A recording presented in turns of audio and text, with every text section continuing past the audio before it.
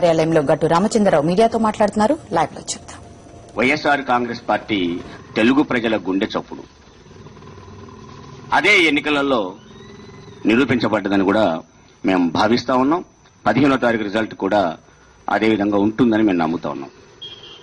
సర్వేలు చూసినా లేదు ఎన్నికల తర్వాత మాట్లాడుతున్న మాటలు చూసినా తెలుగుదేశం పార్టీ కాంగ్రెస్ పార్టీ అంటే ప్రధానంగా అధికారంలో ఉన్న పార్టీ ప్రతిపక్షంగా ఉన్న రెండు పార్టీలు కూడా ఓటమిని పరోక్షంగానే అంగీకరించాయి. అందుకని వారు మాట్లాడుతున్నప్పుడు సెంటిమెంట్ పండిందని, విజయమ్మ గారిని చూసి ఓట్లేశారని, విజయమ్మ గారు ప్రచారంలోకి వచ్చింది కాబట్టి ఓట్లేశారని, జగన్ గారు జైల్లో పడ్డారు కాబట్టి సింపతి వచ్చిందని, అంటే రేపు ఓటమికి ఈ రోజే కారణాలు వెతుక్కొని ఈ రోజు నుంచే ప్రచారాన్ని రెండు పార్టీలు కూడా ప్రారంభించాయి. మరి ఒక కాంగ్రెస్ పార్టీ నాయకుడైతే ఇక వాళ్ళ చేతిలో వైఎస్ఆర్ కాంగ్రెస్ పార్టీ ఉన్న చేతిలో ఉన్న ఆయుధాలన్నీ వాడేశారు, చివరి ఆయుధమైన విజయమ్మ గారిని కూడా ఉపయోగించారు. కాబట్టి ఇక వాళ్ళ చేతిలో ఆయుధాలు లేవు, ఈ ఒక్క ఎన్నికే వాళ్ళ ఎన్నిక, తర్వాత అంతా భవిష్యత్తు మాదే అని ఒక పిట్టల దొర కబుర్లను కూడా ఒక నాయకుడు చెప్పిన విషయాన్ని కూడా మనం చూసాం. నేను ఆ నాయకుడికి మరొకసారి నేను చెప్పదలుచుకున్నాను, రైట్, మా చేతుల ఆయుధాలన్నీ అయిపోయినాయి అనుకుందాం, ఇక మా చేతుల ఆయుధాలు లేవు పోరాటాలకు, అందుకని ఒక్కసారి నీ పార్లమెంటు పదవికి రాజీనామా చెయ్యి, ఆ సీటు మేము గెలవకపోతే నేను రాజకీయాలు వదిలేస్తానని ఛాలెంజ్ చేయదలుచుకున్నాను.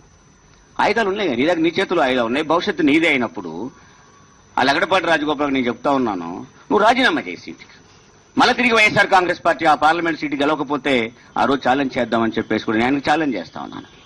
అందుకని ఒక కారణాలు వెతికి కింద పడ్డా సరే మా ముఖం పైకే చూస్తా ఉంది, నీ కూతులు మీరు తవ్వుకొని రెండు పార్టీలను ఒకరికొకరు సహకరించుకుంటూ భూస్థాపితం చేసుకుంటూ ప్రజలకు దూరమై ప్రజల్ని తప్పుబట్టే స్థాయికి ఎదిగిన తీరు ఈ రెండు పార్టీలు చేశాయి ఈ ప్రచారంలో. దానికి సింపతి ఎల్లకాలం ఉండదు, సింపతి మీదనే వచ్చారు. నేను ఇదే మాట చెప్తున్నాను, సింపతి ఎల్లకాలం లేనప్పుడు కడపలో అదే మాట చెప్పారు, కొవ్వూరులో అదే మాట చెప్పారు, ఇప్పుడు అదే మాట చెప్తున్నారు, తిరిగి మళ్ళా ఎన్నికలు వస్తే ఎన్నికలు గెలిచినా మళ్ళా సింపతి అంటారు. నేననేది సింపతి అనేది సింపతి పొందగలిగిన అర్హత కూడా ఉండాలి.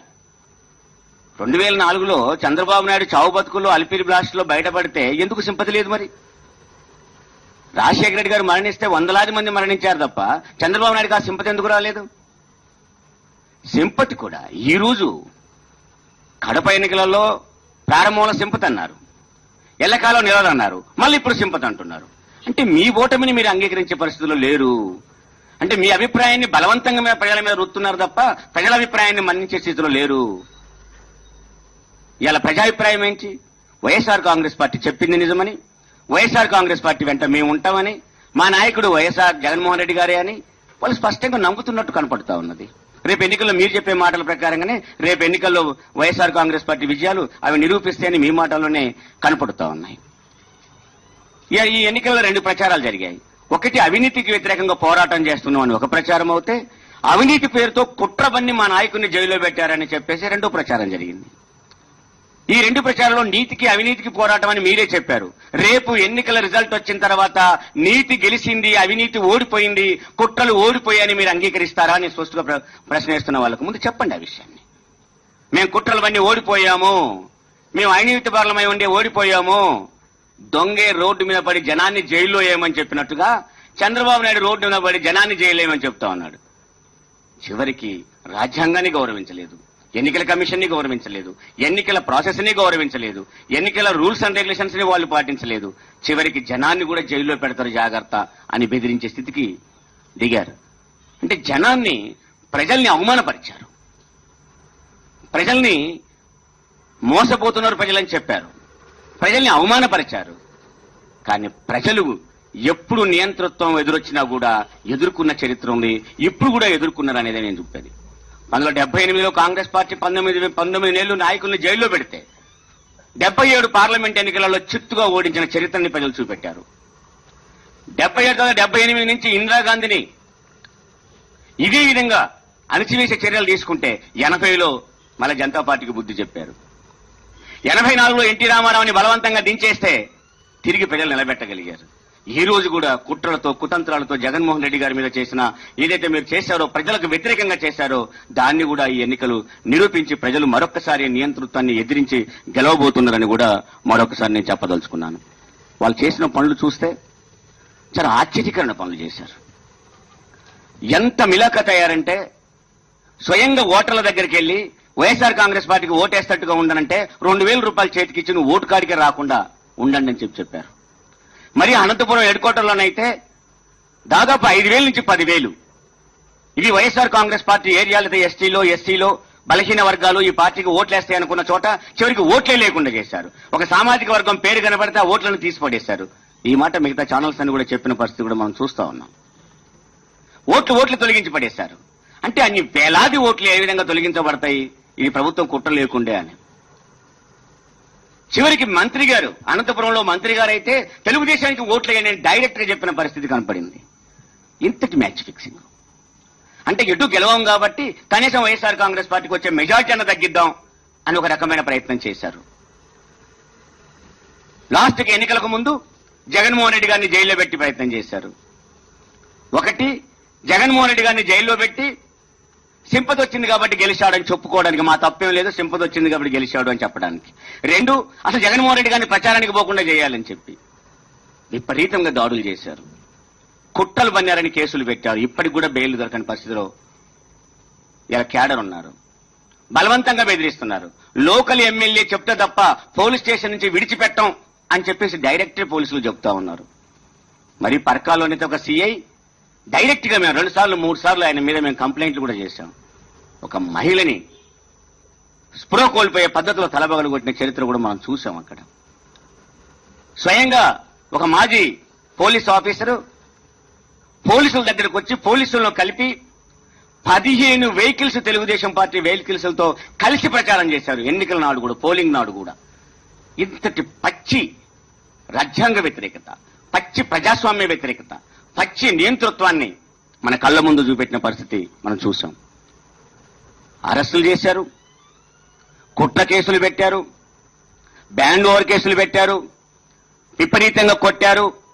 చివరికి జగన్ గారిని జైల్లో పెట్టారు, విజయమ్మ గారిని దూషించారు, షర్మిల గారిని దూషించారు, రాజశేఖర రెడ్డి గారిని దూషించారు, కుటుంబాన్ని దూషించారు, అవహేళన చేశారు. ఇవన్నీ ప్రజలు చూస్తున్నప్పుడు ప్రజలు మీరు చేసింది తప్పు అని ఈరోజు తీర్పుని ఇవ్వబోతున్నారు. ఎందుకు అంగీకరించదలుచుకోలేదని అడుగుతా ఉన్నాను నేను. ఇవాళ జగన్మోహన్ రెడ్డి గారు జనంలోకి వెళ్ళేటప్పుడు రాజశేఖర రెడ్డి గారు కొడుకుగా వెళ్ళాడు, కానీ తిరిగి వచ్చినప్పుడు ఒక రాజకీయ నాయకుడిగా ముందొచ్చాడు. ఈ రోజు ప్రజలిచ్చే తీర్పు వైఎస్ఆర్ కాంగ్రెస్ పార్టీని చూసి, పార్టీ నాయకత్వాన్ని చూసి, నాయకత్వాన్ని నమ్మి ఈ పార్టీ మాకు నాయకత్వం వహిస్తుంది, ఈ నాయకుడు మాకు పనికొస్తాడు, రాజశేఖర రెడ్డి గారు చేసిన కార్యక్రమాలు ఏదైతే అభివృద్ధి కార్యక్రమాలు ఉన్నాయో, సంక్షేమ కార్యక్రమాలు ఉన్నాయో, చివరికి మన జగన్మోహన్ రెడ్డి గారి ద్వారా మేము తీర్చుకోగలుగుతామని చెప్పేసి ప్రజలు నమ్మారు అని మేము నమ్ముతా ఉన్నాం. రేపు తీర్పు అది జరగబోతా ఉంది. అది చివరికి కాంగ్రెస్ తెలుగుదేశంలో అంగీకరిస్తా ఉన్నాయి. రాజశేఖర రెడ్డి గారు బతుకుంటే మాకు ఈ కష్టాలు ఉండేటి కావు అనుకునే ప్రజలు జగన్మోహన్ రెడ్డి గారు అధికారంలోకి వస్తే ఈ కష్టాలు ఉండవు అని నమ్మే స్థితికి ఈ రోజు ఎన్నికలకు ముందు వచ్చారని కూడా మేము చెప్తా ఉన్నాము. కానీ వీళ్ళు ప్రచారం చేసేటప్పుడు కండ్లు చెవులు 2 మూసుకొని ప్రచారం చేశారు. ప్రజలు ఏమనుకుంటున్నారో వీళ్ళు ఇల్లే, ప్రజలు ఏం చేస్తున్నారో వీళ్ళు చూడలే. తమ ఇష్టం వచ్చినట్టు చిరంజీవిని తీసుకుపోయి తొడలు కొట్టించారు, బొత్స సత్యనారాయణతో నోరు బొంగురు పోయే విధంగా బూతులు తిట్టించారు. కిరణ్ కుమార్ రెడ్డి గారు వచ్చి రాని తెలుగులో ఇష్టం వచ్చినట్టు మాట్లాడాడు. మానవ విలువలను కూడా మర్చిపోయి మాట్లాడారు, కుటుంబ విలువలను కూడా మర్చిపోయి మాట్లాడారు. మాట్లాడిన తీరు ఎక్కడికి వచ్చిందయ్యా అంటే, ప్లీనోరు రాజశేఖర రెడ్డి గారు మరణించిన తర్వాత ఈ మరణం మీద మాకు కుట్ర అని మాకు అనుమానాలు ఉన్నాయి అని చెప్పి ప్లీనోలోని మేము తీర్మానం చేస్తే దాన్ని వక్రీకరించి ఈ సందర్భంగా కుటుంబమే ఈ విధంగా రాజశేఖర రెడ్డి గారిని చంపుకున్నారని ఒక నీతి మాలిన ప్రచారం కూడా చేయగలిగారు. కానీ దాని వెనక రాజీవ్ గాంధీని చంపిన నళినికి క్షమాభిక్షపెట్టిన సోనియా గాంధీ, మరి వీళ్ళిద్దరు కలిసి కుట్రవని రాజీవ్ గాంధీని చంపారా అని ప్రజలు అడిగిన దానికి జవాబు చెప్పే స్థితిలో వాళ్ళు లేరు. అంటే ప్రజలు ఏమనుకుంటున్నారో వాళ్ళకి తెలియదు, ప్రజలు ఏ అభిప్రాయం ఉందో తెలియదు. కానీ బలవంతంగా తమ అభిప్రాయాలు రుద్దే ప్రయత్నం చేశారు. అంటే ఒక 3వ పార్టీ పుట్టకూడదు, ఉంటే తెలుగుదేశం ఉండాలి, లేకపోతే కాంగ్రెస్ పార్టీ ఉండాలి, వీళ్ళిద్దరుగా అధికారాన్ని పంచుకోవాలి. కానీ మూడో పార్టీ ఉండకూడదు అని. కానీ ప్రజలు నమ్మారు, మీ రెండు పార్టీలు పనికిరావు, మాకు మూడో పార్టీ కావాలి, అది వైఎస్ఆర్ కాంగ్రెస్ పార్టీ కావాలి, అది జగన్మోహన్ రెడ్డి గారు కావాలి అని నమ్మారు. కాబట్టి రేపు రిజల్ట్ కూడా అదే పద్ధతిలో రాబోతుందని కూడా మా పార్టీ నమ్ముతా ఉన్నది. అందుకని ప్రజాభిప్రాయాన్ని, ప్రజా అభిమానాన్ని జైలు గోడల మధ్యన దాద్దామని చూశారు. కానీ జనం గుండెల్లో ఉన్న జగన్ని ఎక్కడ దాస్తారని అడుగుతా ఉన్నాను నేను. రాజశేఖర రెడ్డి గారిని ప్రజల్లోనికి తొలగిద్దామని చూశారు ఆయన పేరుని. కానీ గుండెల్లో గూడు కట్టుకునే రాజశేఖర రెడ్డి గారి ప్రేమను ఎలా తొలగిస్తారని అడుగుతా ఉన్నా నేను. ప్రజల మనసుల్లో జగన్మోహన్ రెడ్డి గారు ఉన్నాడు, మనుషుల్లో జగన్మోహన్ రెడ్డి గారు తిరిగాడు. ప్రపంచంలో ఎక్కడ లేని విధంగా 22,000 కిలోమీటర్లు రాష్ట్రంలో పయనిస్తూ ప్రజల మధ్యన ఉన్న వ్యక్తి జగన్మోహన్ రెడ్డి గారు. వాస్తవంగా ఉప ఎన్నికలు జరుగుతూ ఉంటే అధికారంలో ఉన్న పార్టీ తను చేసిన పనులేంటో చెప్పుకుని ఓట్లు అడగాలి. లేదు ప్రధాన ప్రతిపక్షం 90 సీట్లతో ఉన్న ప్రతిపక్షం ఈ ప్రభుత్వం ఈ విధంగా చేస్తుందని దాన్ని ఎండగట్టి తమ ఓట్లు అడగాలి.